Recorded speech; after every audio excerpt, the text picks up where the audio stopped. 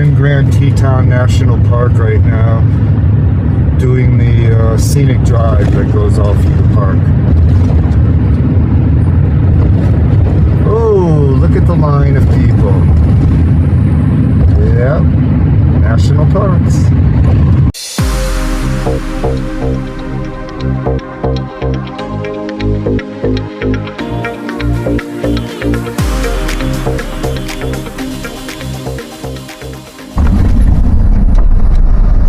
Hi. Hello, how are you today? Good, thanks. Good. Do you need a map today, sir? Yes, please. Thank you. You're welcome. Enjoy the park today. Thanks. Bye-bye. See you.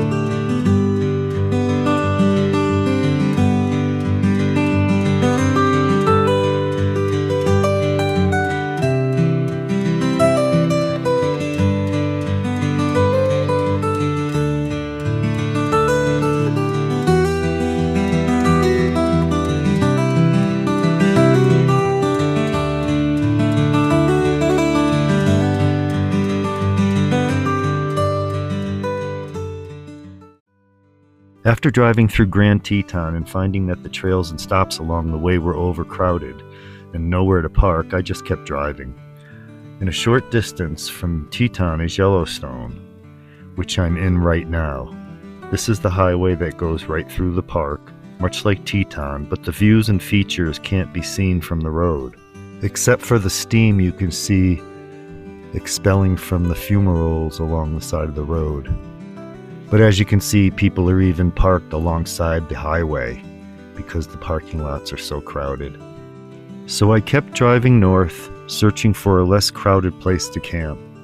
And I ended up so close to Glacier National Park, and this park is so remote that I thought maybe no one will be there. Good morning. I just woke up in a place I was parked kind of just off the road in the woods, near the west entrance to Glacier National Park. So that's where we're headed right now. We're just outside the west entrance and about to enter the park. So we'll see how it goes. Wish me luck. Looks like, that's funny, just as I said that, the highway traffic has come to a halt. A line of traffic going into the park. So this is normally what it looks like in national parks in the United States. Oh, we're still in line. Looks like a long one. And it's 8 o'clock in the morning. I thought maybe if I got an earlier start. Didn't happen. Hey, look at the traffic. Do you notice? I'm going the opposite direction. There were timed entries. You couldn't get into the park without a reservation. I turned around and came back out. So on to the next adventure and head into the wilderness away from the national parks. Since I didn't get into the national park, I figured I owe myself a treat. It's early morning and I'll work the sugar off. Never had one before. It's from the Huckleberry Patch. Let's see what it's like. Very good. And the first thing I got was a big, huge huckleberry. I was talking to the girl in there at the store, and she grew up here. And the huckleberries are actually picked wild. They can't be farmed, which is kind of cool for some reason. And there's companies that just go out and pick huckleberries and sell them. So they're wild, which is great to know because that means they're probably organic. Well, they'd have to be organic if they're wild, if they can't farm them. But yeah, this is good. And since I'm not coming back here, I got huckleberry preserves and a slice of huckleberry pie for later, for after dinner. Okay, let's get back on the road. I just stopped at a camp spot. I didn't drive too long today, only a couple hours. Came north and I'm just barely below the border of Montana and Canada. And I found a spot that is pretty nice and quiet, and there's actually space here, plenty of spaces, and it's an official free National Forest dispersed camping spot. Check this out, a view of the mountains. I've got shade, I've got sun, and there's a river. Beautiful wildflowers. I've been waiting to camp next to a river, and it's nice and warm. I can take a dip. It's called Lake Koocanusa, and it's actually quite long and extends across the border into Canada. So I think like half of it is in the US and half is in Canada. Looks like I'm gonna stay here a little while, hopefully, and go down there and put the kayak in. That's what I'm hoping for. Lots of fishermen here. Are these blueberries?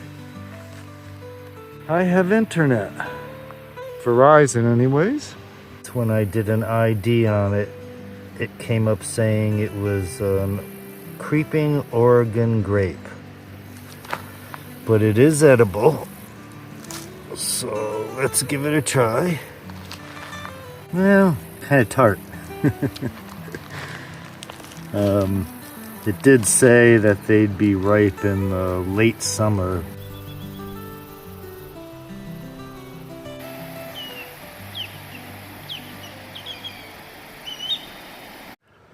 Okay, I think it's time to close the hood on this. Again, I had it open, hoping to avoid any rodents climbing in there and nesting. But my nice friendly neighbors just pulled in, and they very kindly asked me if I had engine trouble.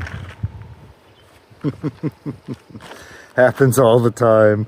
So I'm just gonna close it to avoid people pulling over and asking me. But I told them why, and they said, yeah, well, up here in Montana, that's how we do it. We see somebody with their hood open and we know they have trouble. I don't want people stopping all the time and asking me if I have engine trouble, so I'll use my other deterrents. Another one I use is a spray I make of cinnamon and peppermint oil and water. Supposedly you spray that in the engine compartment, and that's one of the best deterrents against mice and rodents. I haven't had any, and I do that every time, so must be working. That's what it looks like at about 6 o'clock this evening. Storm is supposed to hit about 7, I guess.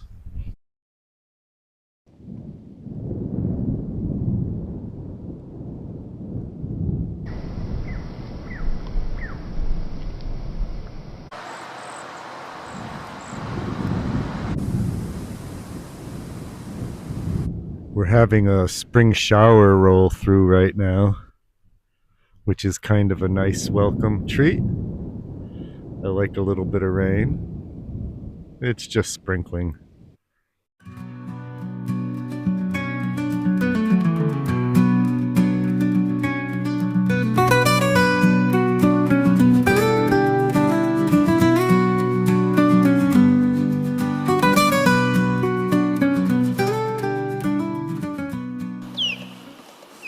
The rain stopped and the sun came out.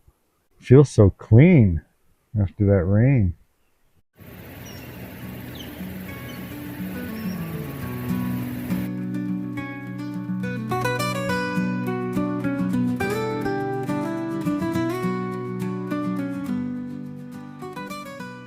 Good morning. It's another beautiful day here at Camp Lake Koocanusa. Such a quiet day here today, being a Saturday. I expected a lot more people. I haven't seen anyone really. Had to move the van into the sun more so the solar panels can charge up the batteries. They were getting low with all the cloudy and wet weather we've been having.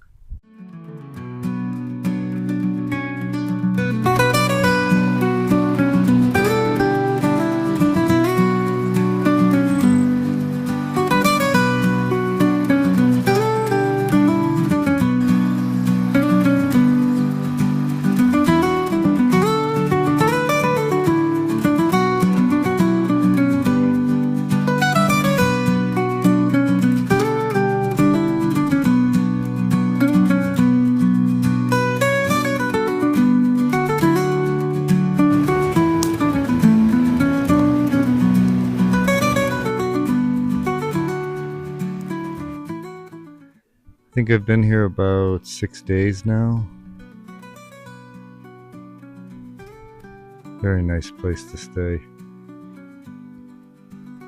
My days have been filled with bald eagles, osprey, red-tailed hawks, all fishing right at the mouth of this river here going into the lake.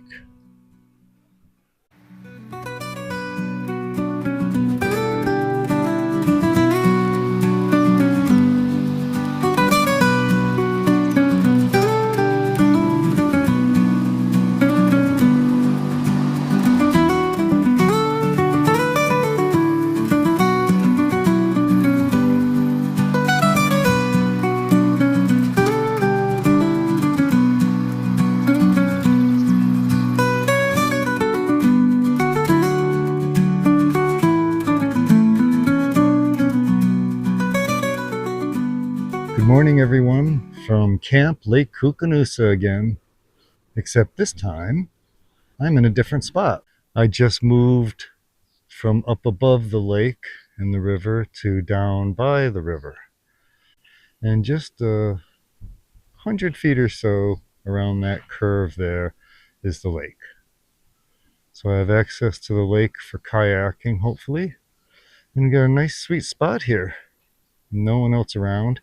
And if you look just opposite, right up there on the hill where that RV is, and just to the left of that is where I was camped before.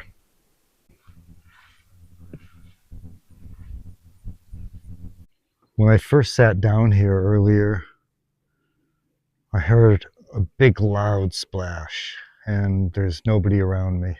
So I jumped up to look, and just across the river a little bit from me was a bald eagle. Just snatched a fish and was just taking off. And of course, I didn't have the camera ready. Just a lazy afternoon in the van down by the river. Just had to say that. I just finished setting up camp completely. Sunshade. But it turned out to be a beautiful day. It was a gray day yesterday, which was fine. Rainy, so I stayed in. It's nice to be out today. I've got some hibiscus sun tea here. I usually do this, make a small container of it on sunny days.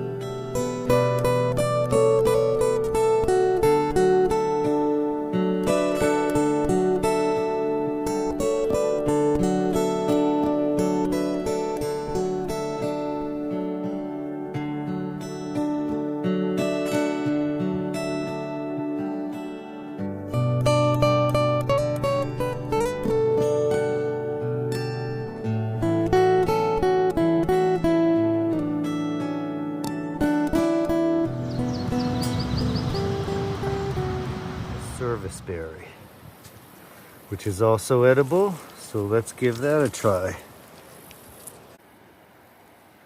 Oh, well, not as bad as the other one. A little sweeter, but not a huckleberry. Still edible though. Lots of berries here in northern Montana.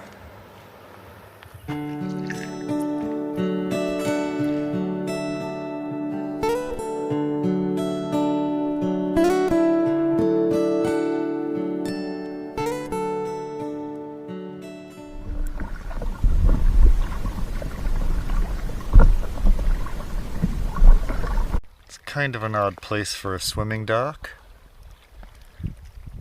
The only access is by boat, but that's actually pretty cool. Let's go check it out.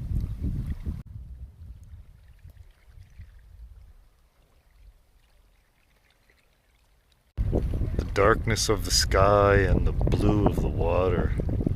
Looks like a storm is moving in. All of a sudden it got very dark. It was hot and sunny a minute ago. And now this whole end of the lake is dark. The wind's picking up and it looks like rain up there coming out of those clouds. I think I'm gonna head back, as I don't really want to get caught out here in the middle of a thunderstorm and lightning.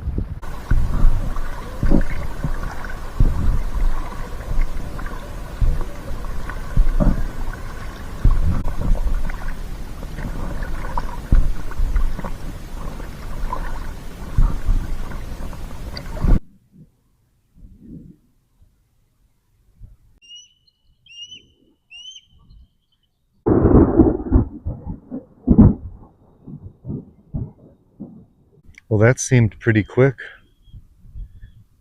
Within 10 minutes, it passed overhead, and now it's on the other side there. And of course, the osprey are still screaming all day long. It's been kind of fun watching them screech and fish.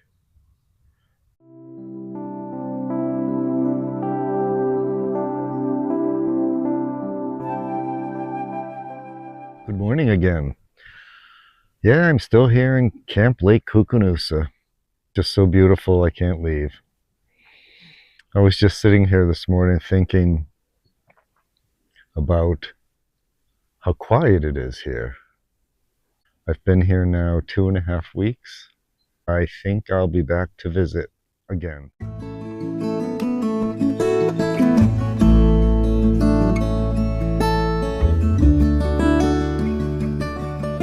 Thank you for watching, and I'll see you next time.